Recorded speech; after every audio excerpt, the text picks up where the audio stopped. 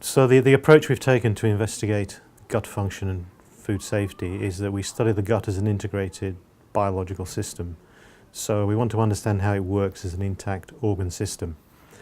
And to do that, we've focused on the three major elements of the gastrointestinal tract. The epithelium, which is the barrier between what's in the lumen of the GI tract and the body. The microbiota, which are the microbes that live and are commensals in the GI tract.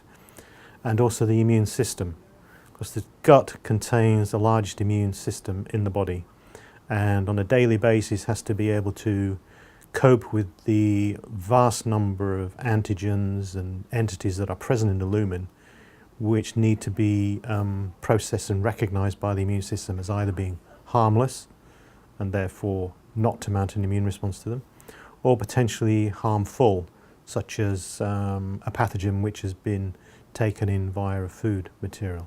So the immune system in the gut needs to be able to discriminate between what's harmful and harmless, and that occurs on a daily basis. The second theme is related to the study of foodborne bacterial pathogens, and here in the Institute that research is focused on three of the most prevalent and common causes of food-acquired infectious diseases: Salmonella, Campylobacter and Clostridium.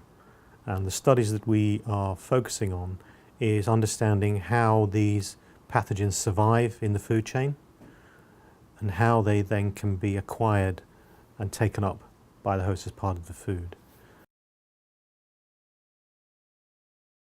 The third area that we're investigating is really trying to use mathematics and systems biology to understand the complexity of these biological systems.